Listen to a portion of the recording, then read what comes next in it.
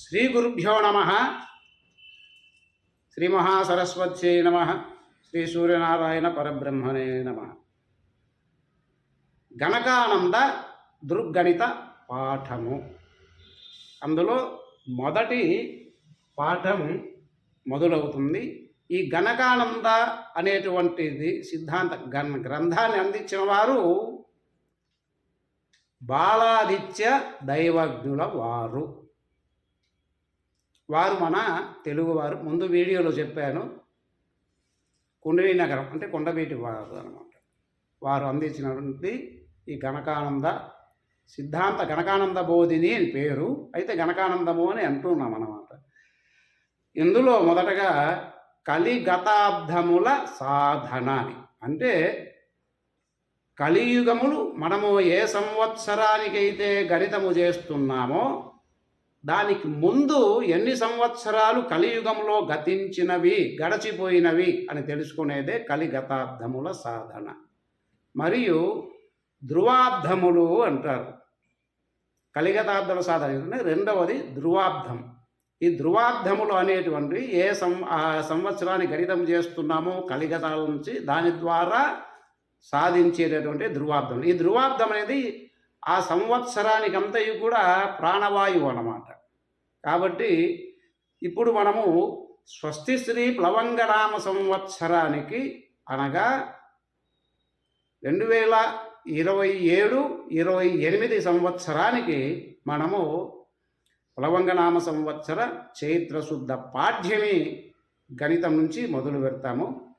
గణిత స్థానములో 84 పెట్టుకోవాలి. ఇక్కడ మనం ఇచ్చాము కలిగతాబ్దముల సాధన అని.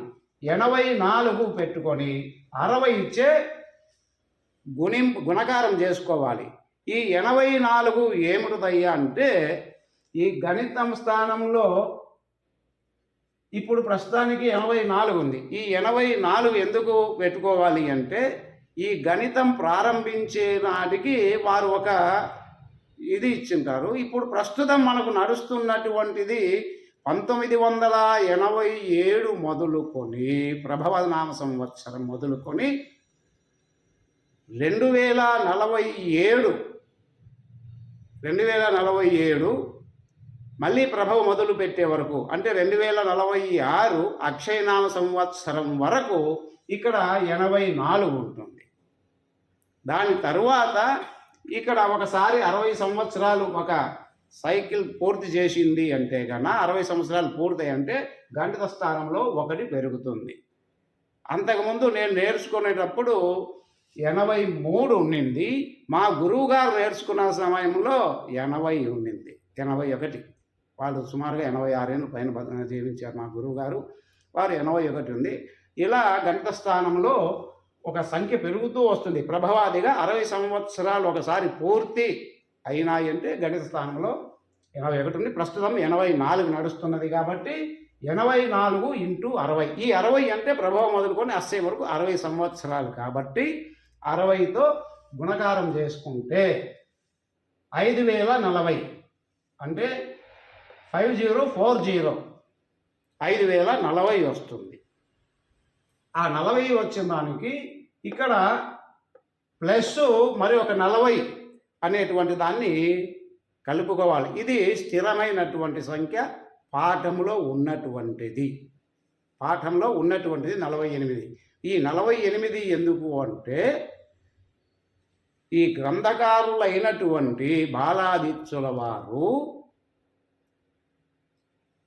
48వ సంవత్సరంలో వారికి 40 సంవత్సరంలో పూర్తి చేశారు కాబట్టి గణితాన్ని ఆరంభించి చేశారు కాబట్టి 40 దాన్ని తీసుకున్నారు 40 అని. ఇది మా గురువుగారు చెప్పింది. అది ఆ తరువాత ఈ 5040కి 48 చేసిన తర్వాత ప్రభవాదిగా గత సంవత్సరాలు అంటే మనము గణితం మొదలు పెట్టేటటువంటిది ఏ సంవత్సరానికి చెప్పాము? స్వస్తి శ్రీ ప్లవంగనామ సంవత్సరానికి గణితం చేస్తున్నాము. 2027-28 అని చెప్పాము. కాబట్టి ప్లవంగనామ సంవత్సరానికంటే ముందు ఎన్ని సంవత్సరాల ప్రభావం నుంచి 1గా మొదలు పెట్టుకుంటే పరాభవనామ సంవత్సరం 45 అవుతుంది కాబట్టి ఈ 40ని కూడా మనము ప్లస్ చేసుకొని అంటే ధనం చేసుకొని కూడగా 5128 స్వస్తి శ్రీ ప్లవంగనామ సంవత్సరానికి కలిగతాబ్దములు అవుతాయి. 5128 కలిగతాబ్దములు అవుతాయి. రెండవ పాఠం ధ్రువాబ్ద సాధన. ముందే చెప్పాం, ఈ గణితం చేసేదానికి ఏ సమస్య చేస్తున్నామో ఆ సమస్యను ధ్రువాబ్ద సాధన చేస్తేనే అదే ప్రాణవాయువుని, దాని ద్వారానే గణితం నడుస్తుంది అని. కలిగతాబ్దములో నుండి అనగా ప్లవంగనామ సంవత్సరానికి కలిగతాబ్దాలు ఎన్ని వచ్చాయి అంటే 5128 వచ్చాయి. ఆ 5128 నుంచి పాఠములో ఉన్నటువంటిది అది సంస్కృత శ్లోకాలతో గజవేద శరాంభుతి, 1 10 100 1000.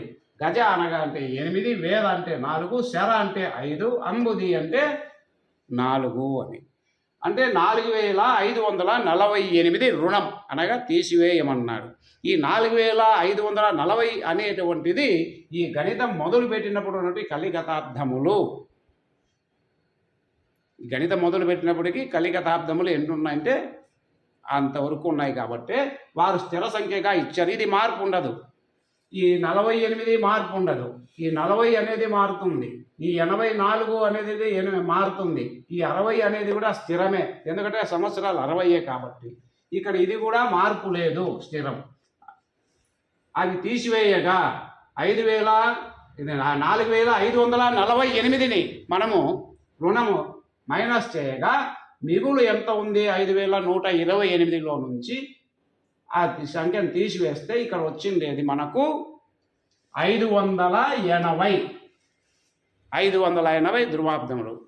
స్వస్తి శ్రీ ప్లవంగనామ సంవత్సరానికంతా కూడా వచ్చిన కలిగతాబ్దములో నుండి పాఠములో ఉన్నటువంటిది 4548 రుణం అనగా మైనస్ తీసివేయగా అక్కడ ఉన్నటువంటిది మిగులు ఎంత ఉంది అంటే 580 అనేటువంటిది స్వస్తి స్త్రీ ప్లవంగనామ సంవత్సరానికి ధ్రువాబ్దములు. ఈ సంవత్సరం అంటే చైత్రశుద్ధ పాడ్యమి నుంచి పాల్గొన బహుళ అమావాస్య వరకు గణితము చేయాలి అంటే ఈ ధ్రువాబ్దములు 580 అని మాత్రమే దానిని ఉపయోగించుకోవాలి. స్వస్తి. నమస్కారం.